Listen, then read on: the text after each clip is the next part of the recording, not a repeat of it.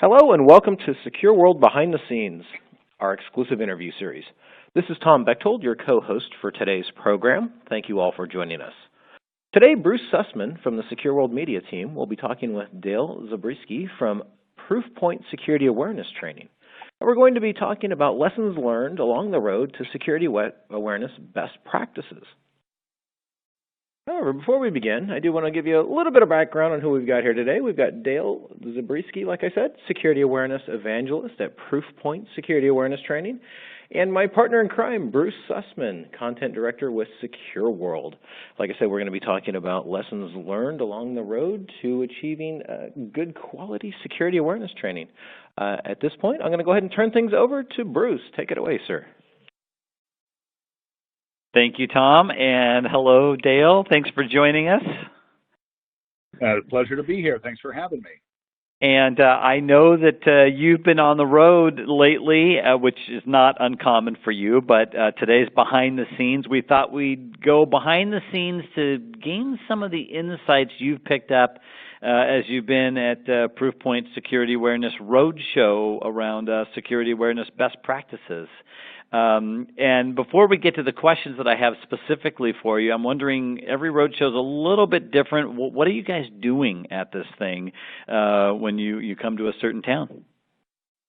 Well, let me give you a little bit of context in there in the background. What we've found in working with our customers over the years is this space of security awareness is really emerging quickly for organizations because there aren't policies and regulations out there about how to do all this stuff around phishing simulation and education. And so everybody's going at it the best way that they can.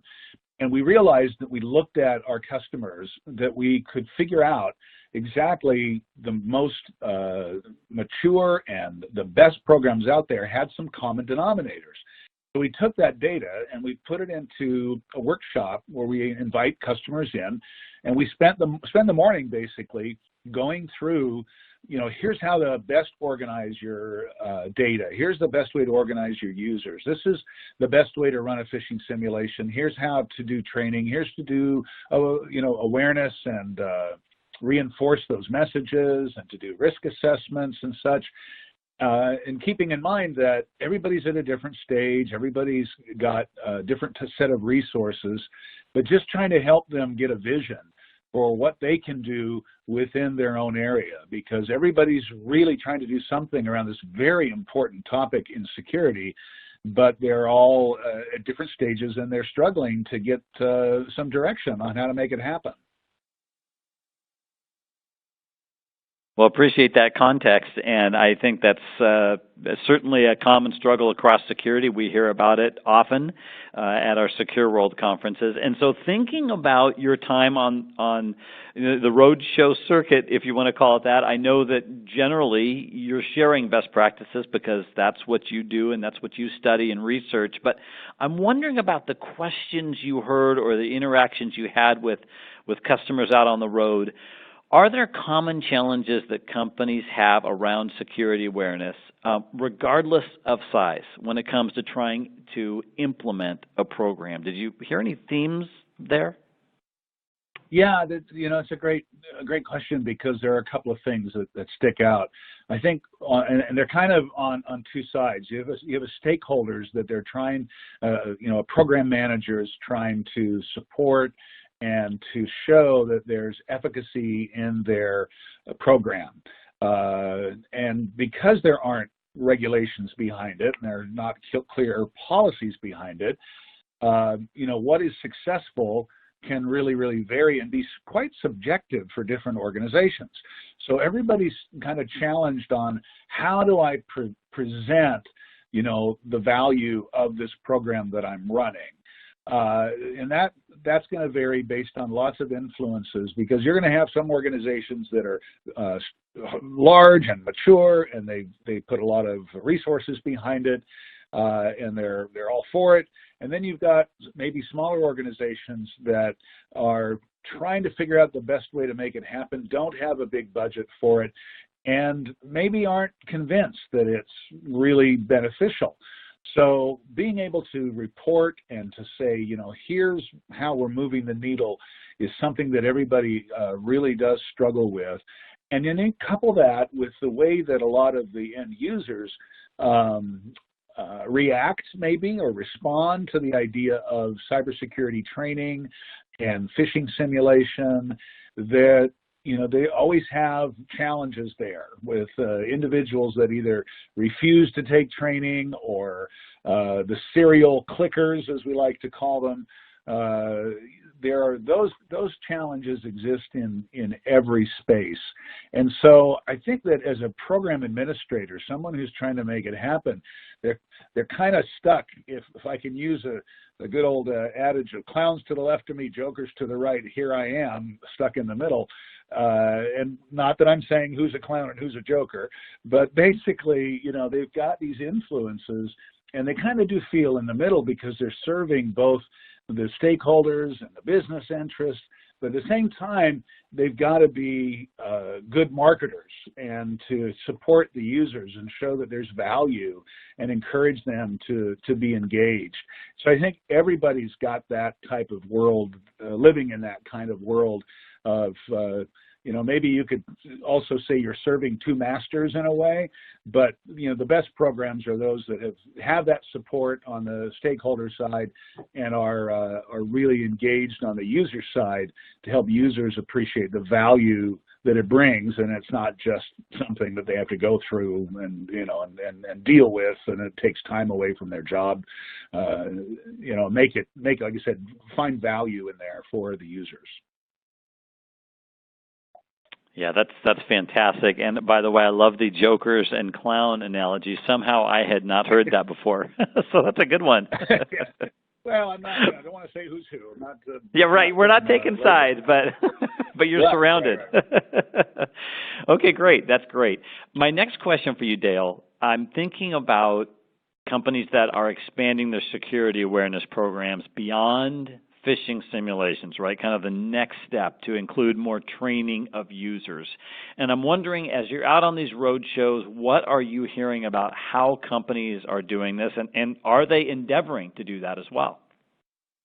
Yeah, I think, the general evolution of programs is that most groups are starting with phishing simulation because it's something they can do even on their own. If they're a small group and they just want to create some phishing emails and send them out to their users, they can do that. They can create a manual system to make that kind of happen. And that's where a lot of the focus gets, and the flip side or the result side of that is click rates. Everybody wants to get click rates down. Don't click on the bad stuff. I hear that all the time.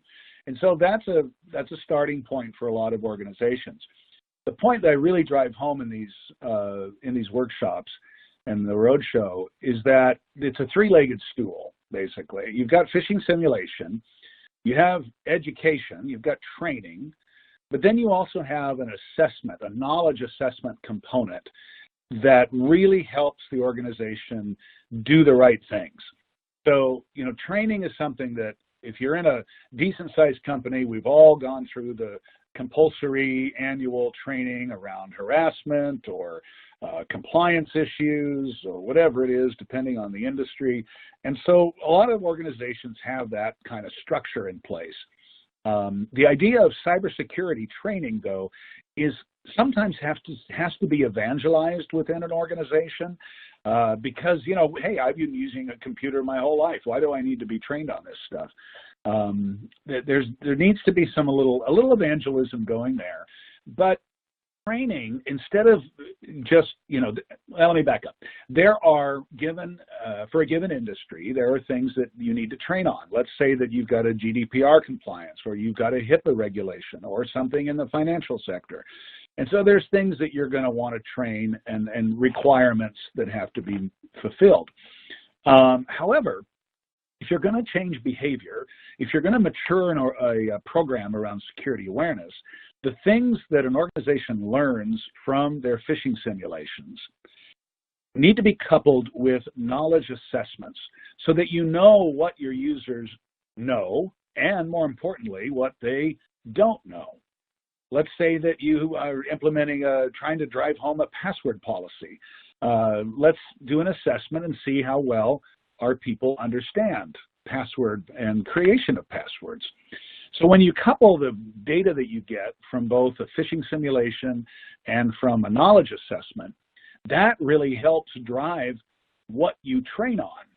Because then you can go and say, well, here are our numbers. Our people are struggling in this password creation.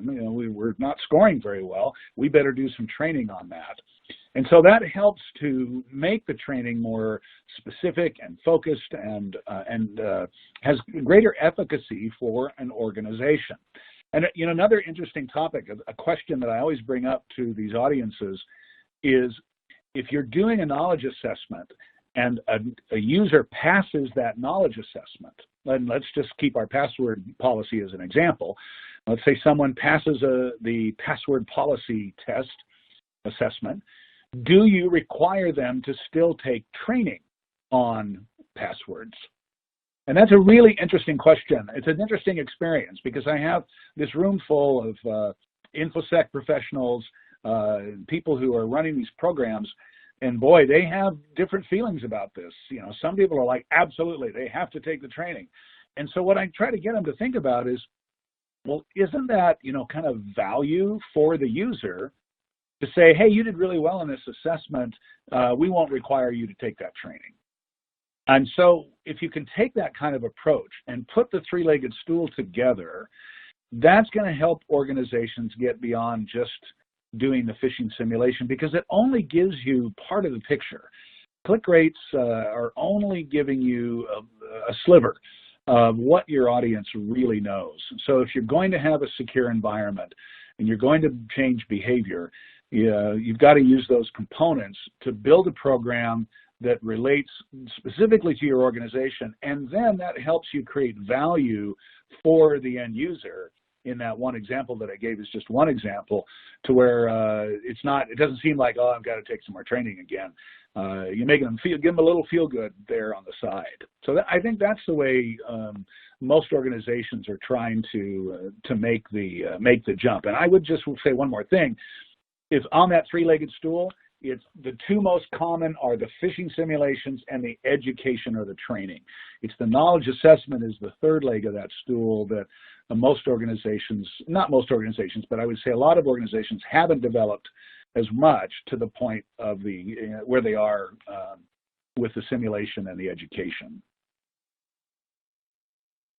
Okay, yeah, I appreciate that three-legged stool example, because you can really picture the different areas. And it's interesting to hear you say that there are passionate differences of opinion on certain things. And my next question is around another topic where I've heard some disagreement, and I'm curious what you're hearing.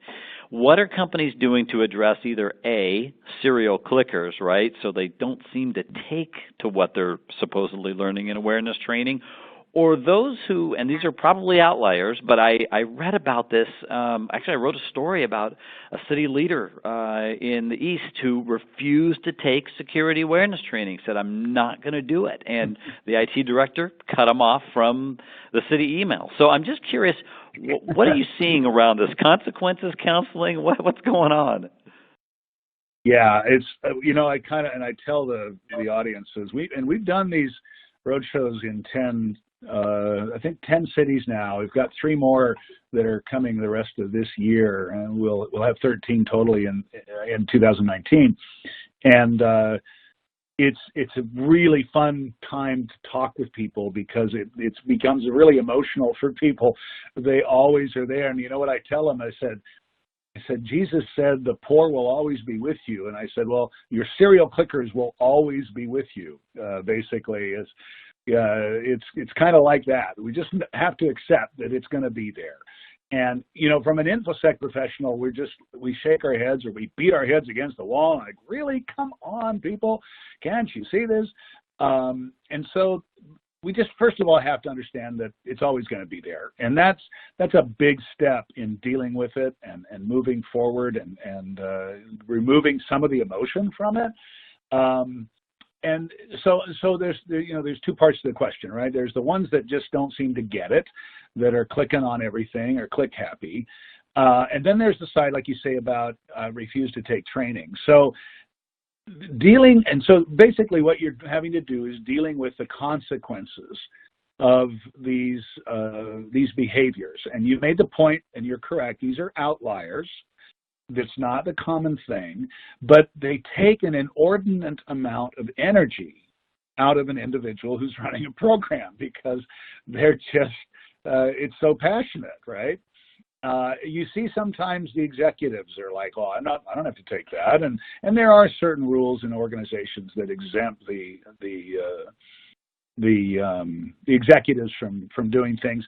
One thing, the example we had just yesterday when we were running these, one of the audience members said that their CEO would go around their office without a badge on, and they would wait. And if somebody came up and said, hey, Bob, or whatever your name is, Bob, where's your badge? The CEO would reach into his pocket and give that person $100 for asking where his badge was.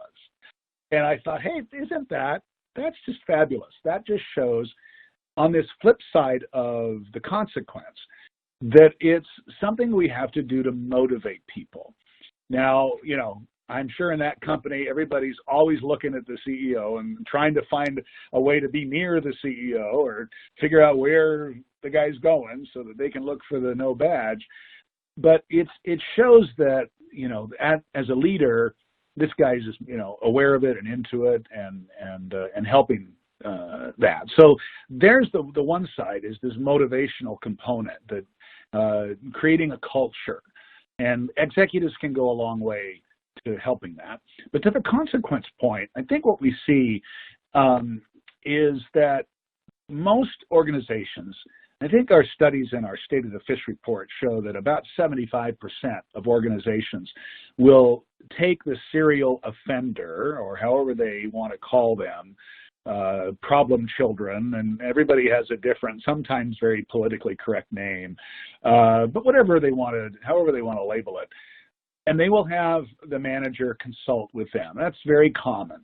They'll sit down and say, hey, I need you to think about this. I need you to be more aware and look at these things that you're clicking on these too much, and I know you're interested in it, but the better way is to report it, right? The better way is to report to IT that you see this. So that's about 75%. Then the numbers fall way off, but include things like, and to your point, you made the point that this individual had lost email access. Access to systems is another step that a lot of organizations will take for serious situations. Because you think about it, right? If you want to drive a car, what do you have to do? You have to be of a certain age. You have to be able to see to a certain extent. You have to be able to hear. You have to take a test, both written, visual, and perform certain skills and show that you can do these certain skills in order to have a license to drive an automobile. There's no such requirement to have access to what is sometimes very, very critical information that exists within an organization. And in today's world, data is currency. It's the value. You see a lot of times now, data and information is being listed on balance sheets because it's so critical to the success of an organization. But we hand out access to that without a lot of criteria or a lot of curriculum that people have to go through. So that's one way to kind of explain to people that we need to go through this process. So people will lose access. We see some monetary fines, but that's really low. I mean, the single digits. But there's also termination for things that can happen over and over, or for serious offenses. And those things they're happening. But here's the key on the consequence model. Here's the one thing. We did this survey in the State of the Fish report, and this is what I tell the audience in these roadshows. To say, first of all, if you're going to have a consequence model, it must be cleared and understood clearly by senior management and HR and legal and all the departments. They've got to be engaged and involved, period. Secondly, and maybe just as important as having it all understood of what's going on with everybody, is that you have to be able to measure the effectiveness. And this is where I think organizations drop down and kind of are struggling. is that, and this is what State of the Fish shows, is that about 54% of organizations that have a consequence model can't even say whether it's effective or not. And so if you're going to do that, you've got to be able to judge and to measure the effectiveness that things are changing, and that and sometimes the worst offenders can turn around and become the best champions through the experience. So it's something that's always out there, always going to have to deal with. You've got to approach it sensitively, but you need to have a plan and a structure and stick with it, and then have everybody on board, and then you just go with it. And it is what it is, and try to take the emotion out of it, and that'll help to move the needle, especially when you can measure and show efficacy of something like that. Yeah, that's fantastic, and thank you for kind of taking us around the horn there on the possibilities and all the different things and points of discussion you're seeing in this space, because clearly there could be a lot of right or wrong answers depending on your culture and other things. So that was a great explanation of all that. And that leads us actually to our last question. You talked about in measuring whether or not consequences work, but my question is, what's the best metric, if you said, here's really how you want to do it to measure the health of a security awareness program? What would you say, or what are you hearing that works? Well, let me answer that first by talking about what not to do, where some organizations kind of fall prey to this idea, because again, it gets to be a mindset when you have an InfoSec professional who is so trained and educated and focused on spotting irregularities and things that aren't quite right. It's almost like they've got a nose for it, right? They realize that, these things, something's not right here. And but then you compare that with the regular user in any given department within an organization. They don't have that skill set, and they just see something and they're curious, they're humans, they click. And so what happens then from the InfoSec professional in security awareness training sometimes is there's an idea that we're going to trick them. Oh, I've created a phishing simulation here that's really going to get them now. They're all going to click on this one, blah, blah, blah. And that is not the way to run a program, because that's not what you're trying to do.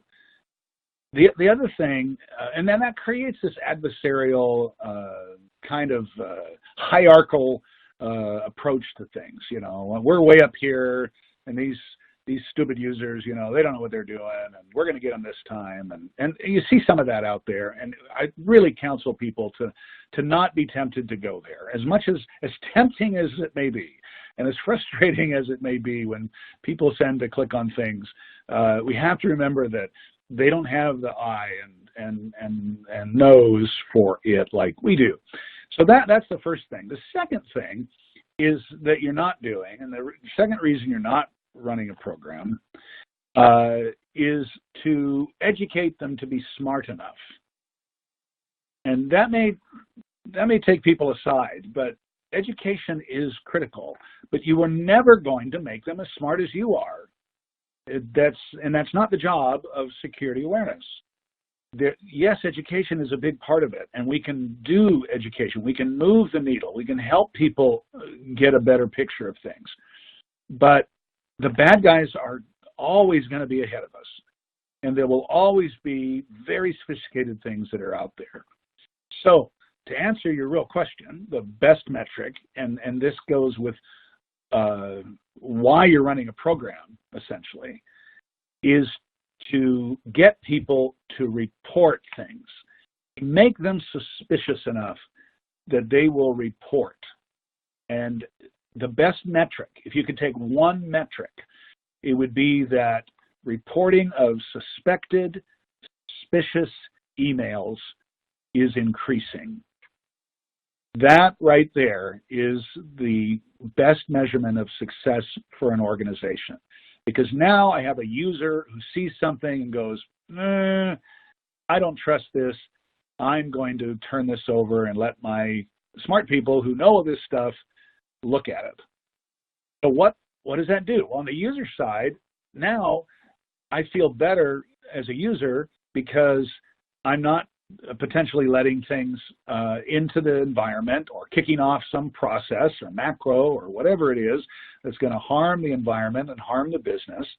And as a professional, as a program manager, I have confidence that my user is more often than not going to submit those things, so that now on the InfoSec side, the people who have the knowledge and experience and the wherewithal of what to do are given vision. It's a visibility into what's happening within the environment.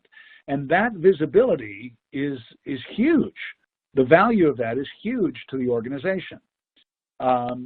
And so with that, let me touch on one other topic quick, is that sometimes when we present these ideas about people reporting emails, the email admins start to get all ruffled up and get scared because they think, oh man, now all we're going to do is just be looking at emails that people are submitting all day. And the counter I have to that is that, and this is what Proofpoint does really, really well, is our system allows the user to do the submission very easily, and it's a very powerful system. Plus, that process will prioritize and will clean things out. It's not like the admin is going to be looking at spam all day, because the system's only going to provide the things, going to present, I should say, the things that are really need to be looked at. And so when you have those things happening, when you have the users that are suspecting and are not quite trusting and are saying, okay, I'm going to report this, and then it goes through the right system like Proofpoint's what we call clear closed loop email analysis and response, it provides that tremendous visibility to the organization so that they can have actionable intelligence to be aware of the things that are out there and act on them should they need to. And then there's the closed loop thing. We reasonably call it closed loop, is because now I can send a message in an automated fashion back to my user and say, hey, thank you for doing that. That was actually malicious and you are protecting the company. We really appreciate that. And now I got a cycle going on here of good things happening. And so, I would say, and that's one of the questions I ask in the roadshows, why are you running a program?